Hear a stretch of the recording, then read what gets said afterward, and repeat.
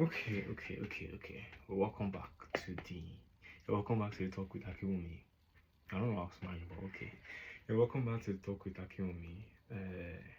Another episode of Unscripted Unwind. Okay. Let's see. What can we talk about today? Okay. I have something to talk about. From secondary school. And secondary school, I finished secondary school like 2 years ago. I'm not an old man, don't worry. But I finished secondary school like 2 years ago. And secondary school was a ride. Was actually a wild ride. Like really, there was ups and downs. Sometimes more downs than ups, but it was calm. It was okay. Towards the end, it got really bumpy and all that. But you know, I'm fine. I'm standing. So I actually survived secondary school. So yeah, secondary school was actually really fun. Sometimes it was fun. Sometimes it was hell. Sometimes it was just something I don't want to talk about. But let's see. Secondary school. One thing I do remember in secondary school was that, you know, when I first got to secondary school, I did not know how. I thought I was, one of the smartest people in the class because coming from primary school, I was the head boy. I was all this. I was, all over the place. Going for competitions and all that. I thought I was that guy until we took our first test in secondary school. We called it CA that time. Obviously, I'm not going to say the name of my secondary school. No. But yeah, we called it CA that time. I know some of you watching this video know what I'm talking about. But we called it CA. And it was humbling. I still performed well. No cap. But it was actually humbling. I thought, oh, okay. I actually have work to do. Because I actually had work to do. And then, there was 6 years in secondary school. I didn't same secondary school throughout. And it was 6 years that. Let's see. One of the times I actually liked the most in secondary school was towards the end of secondary school and towards the end of secondary school, like the whole thing, and then towards the end of junior secondary school, that was like GS3, or how do people call it, maybe year 8, year 9 or something. I'm just saying that for UK people, something like that. But scratch that, I'm saying GS3. So GS3 was, especially because I was in GS3, and then we had all these exams to write. Just for formality. It's not like as if you failed the exam, you wouldn't move on to the next class. But it was just basically for formality. At least that's how I saw it. It was just basically formal exams that you just had to be there, that you just have to write. And we were literally in the middle of GS3 when COVID struck, and then we were home for like 5-6 months, basically doing nothing. When COVID hit, I was at home, and then like the second month or so, I was getting really bored. I couldn't go out. I was literally home for like the whole of the thing. I think I went out once or twice, but apart from that, I was just home. I went out once or twice, and then I had the mind of starting a YouTube channel. I started it, but let's just say things did not work out as I wanted it to. Let's just leave it at that. So, and I had a podcast, so things worked out, kind of. Maybe if I started it then I'd have been more famous by now, but everything works out for good. And then we're like that. And then when we come back to school, we start, preparing for the exams again. Because when we're in the when it was during lockdown, COVID lockdown, obviously I didn't have a phone, I had a tablet. And Nigeria, no lights, there were days where there was just no light and you have nothing to do. And that was actually my first time being on social media. That was when I I actually had an Instagram account before COVID lockdown. So Instagram was there. There was TikTok. That's when I started using TikTok as well. I can't find my first account anymore, and there are no videos on there. Don't worry, you can't find you can't find that account. So that one, I won't go into like that. So yeah, that was when I started using social media. That was the first time I actually used social media, and it was fun. When I think back on it, I cringe sometimes. Some of them were cringe-worthy moments. Well, it is what it is. It's part of the learning curve, and it's part of the everything, part of the package. But yeah, that was fun. Now COVID lockdown was actually fun.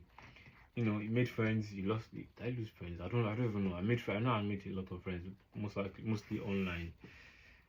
And yeah, when we go back to school, we had to like, you know, basically rush all the exams. There were like, was it 2 or 3 exams? I don't even remember at this point. But it was just there, so many exams. Just, you know, wrote everything at the same time, and that was it. And then senior secondary school.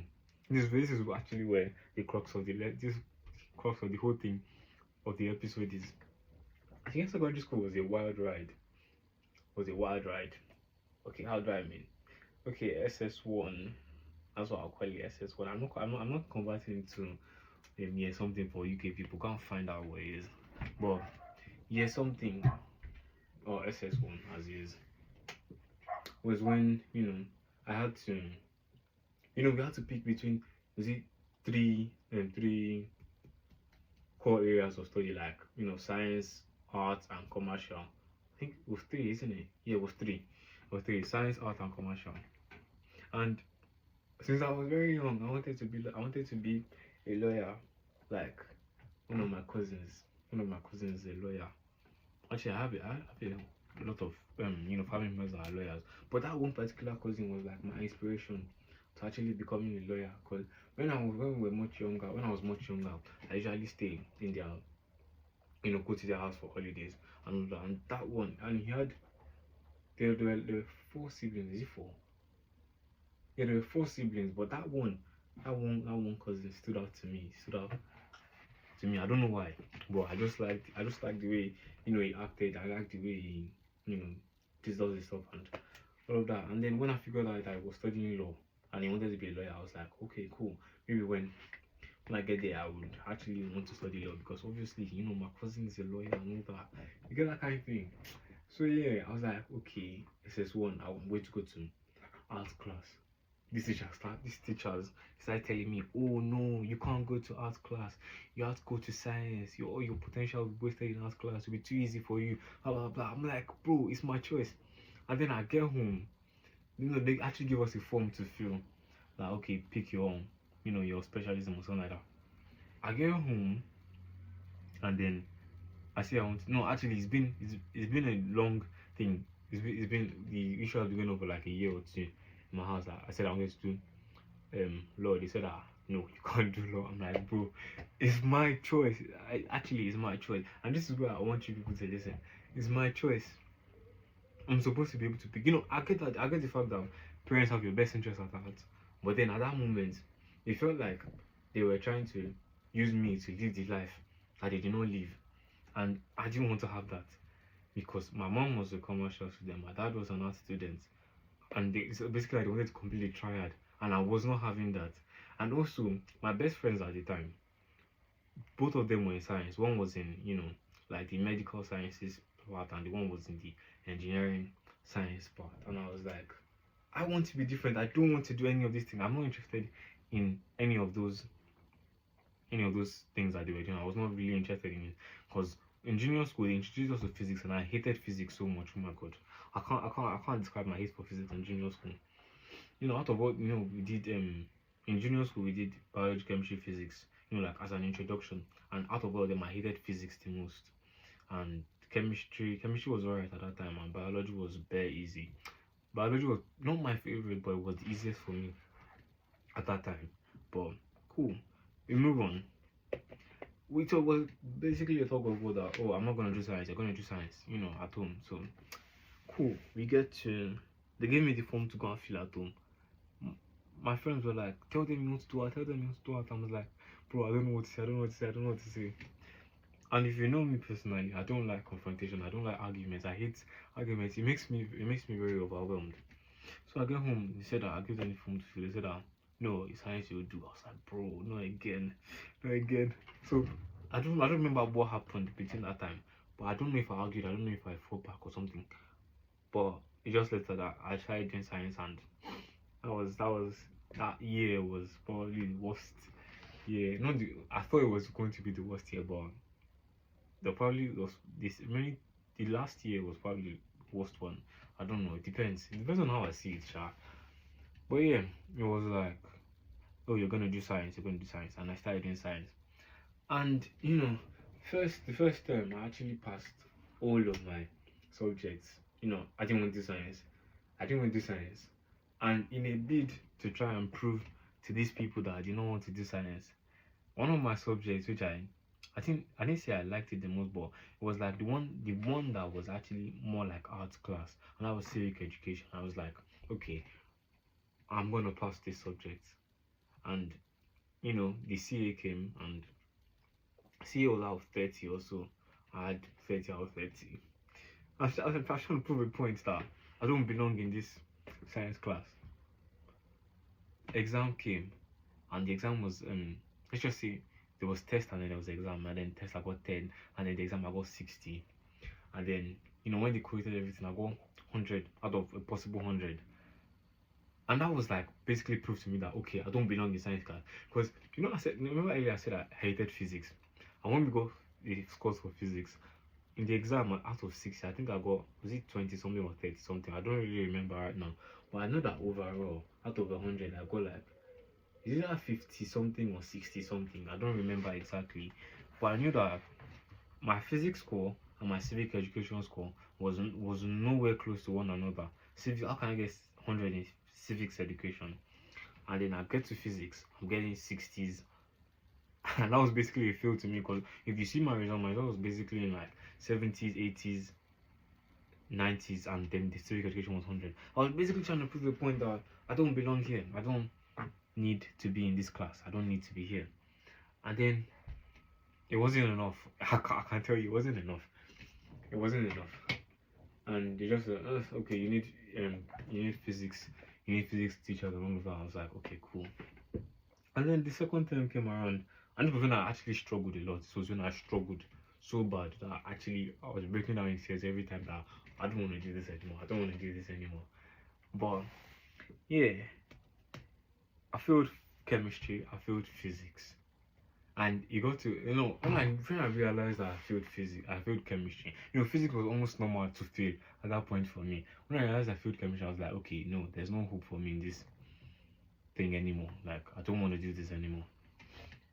When I realized I failed chemistry, and then I realized that, okay, no, when I failed chemistry, and then the next class we had a chemistry teacher, I can't forget this day in my life.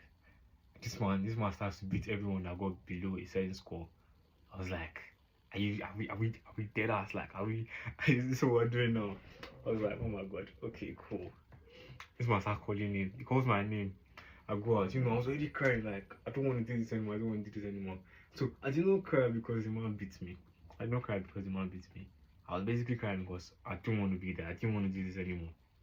So it was basically like, a combination of everything together, and just like, I was just bare crying. Like, I didn't even care at that point. I was just crying. And there were a lot of other times that I cried in secondary school that I didn't even care anyone that was looking. And I know my segments are gonna watch this soon. They know senior secondary school was not the best for me, but it's part of the experience. And if I go back, I don't think I would change anything. If I had the opportunity to go back in time, I don't think I would change anything, because I feel like that is what makes me as a person. Like, those experiences, those hardships, those trials, actually what makes me as a person. And yeah, eventually I got tutors in chemistry, physics, and those ones that I was struggling in. And eventually it became clearer and it became easier, and not easier, but they became clearer and actually okay. And that's the point where I realized that there's no getting out of this. I mean, this one, there's no, because if I say I want to get out of this, I have to start all over again. I don't have that, that luxury of time to actually start all over again. Especially with all the stigma and all of that. But I just said, okay, cool. I'm just gonna put my mind to it, and then we'll see where the journey leads us. And till I left secondary school, I did not really, by my own standards, I don't think, maybe I only slipped down once or twice, but I didn't fail either subjects anymore. Chemistry or physics, I didn't fail either of them. So that is a lesson to that actually, if you whatever you put your mind to, whatever you dedicate your mind to, you can actually make it work, honestly. And this applies to every area of life, or any area of life, where you put your mind to, no matter the adversity, no matter the trials, whatever you put your mind to, you can actually you can actually get something from it. You can actually get a result from it. So keep pushing, keep being consistent, keep pushing, keep grinding. It will pay off one day. I promise. It will pay off one day. So since secondary school, what else? That was one of my first year in secondary school. And my second year was like a transition into the third and final year of senior secondary school. And my second year was, was quite alright if I was to be honest. And that was when, this is kind of embarrassing to say, but it was when people, started seeing, okay, like a guy will see another guy, another see a girl in a different light. Like, you probably been in the same class for like 4 or 5 years, and you've not actually looked in that person's direction, like in that way. And then, just one day, just look at the person like, okay, this person is not that bad, or why have I not spoken to this person like that? It happened. And I promise you, I'm not ashamed to say this. I was one of them. My one was weird. I can't lie. My one was weird, but it is what it is. So, yeah, that one is completely normal. You'll see somebody that in a different kind of light, and you want to. Okay, guys, this is where my advice comes in again. It's not every time that you will be doing situationships or talking stage or anything. There's no crime in being friends. I promise you, if anything was to happen, it was going to happen. Yeah, you probably have little to no control over it, but you don't have to force it as well. So don't try and force things out. If I could actually tell my younger self, that makes me sound old, but I'm not old, I promise. If I could actually tell my younger self, like, how old was I? Let's say like 4 years ago or something, that Baba, all these things that are chasing, you just fake, just be friends. Don't push anything. Don't stress. Everything will be fine. Like, just chill out, bro. But I actually tell my younger self this, it will help me. But I still feel like that's part of like character development and part of what makes me who I am today. So yeah, I have that experience. I'm not going to go into detail about the experience. People that are watching this that were in my class or in my set that time, they know, but then you don't know the full story. I promise you don't know the full story. So don't even judge me. Don't judge me. You don't know the full story, so don't judge. Whatever you know is true and it's not true at the same time. So it's like Schrodinger's cats. So just leave it at that. So final year in secondary school was quite bumpy because I was when another argument happened between I want to do medicine. I don't want to do medicine. I want to do computer engineering and all of that. I was another downtime in my secondary school. What they call it now? My secondary school journey, because I promise you, for as long as I can remember, I never wanted to have anything to do with medicine or anything medical or anything surgical or anything like that. And people were saying, when you want to be, I'll say, medical doctor, blah blah blah.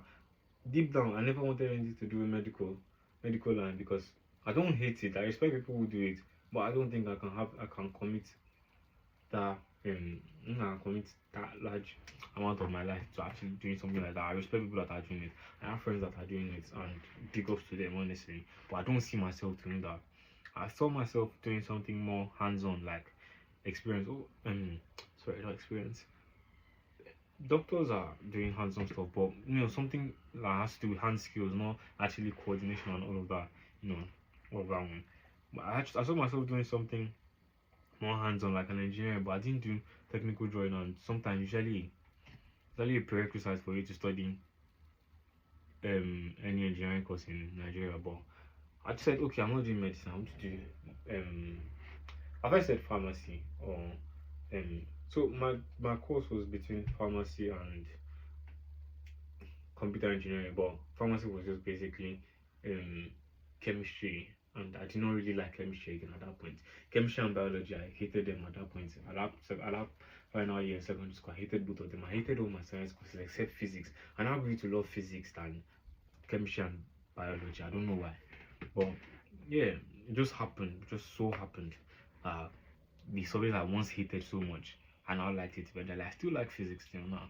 I like math still now. So it also happened that everything I hated and I not like it now. Like, So yeah, and it was kind of a tussle that I don't want to do this, I want to do this, I want to do this. So it was a terrible back and forth where I don't want to revisit. But it's a lesson now. Okay, your parents want the best for you, but it would be nice to actually have like a sit down discussion with them that, okay, why do you want me to do this? Why do you want me to do that? Why do you want me to do this? Why I want to do this? Why you want to do this? Or why you want to do that?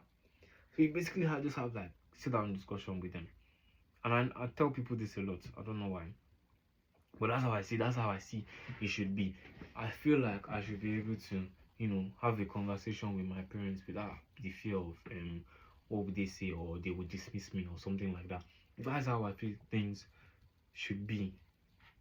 And that is why, a lot of Gen Z parents, no, not Gen Z parents, or parents of Gen Zs are always, dismissive and, authoritarian, almost like a dictatorship. You get most of it, a lot of Gen Z parents are like that, or parents of Gen Z rather, they're like that. And I feel like Gen Z, us teenagers or us young adults, we should be different. The mistakes our parents made, we should not actually make it. And I've been there last. We should not make it because it should just be a continuous cycle of repeatedly hurting, continual generations, and it will not be good to transfer, generational pain. Like, let's say, okay, let's say pain that your parents inflicted on you. It will not be nice to inflict that on another innocent generation. It will not be nice. So that is my advice. Just I'm not saying you should be strict or you should be, overly chill with your children. There's place for discipline and all of that. But then, when we get there, we know how to do it. But then, you know, make notes. The mistakes that your parents make, try not to make them in the future.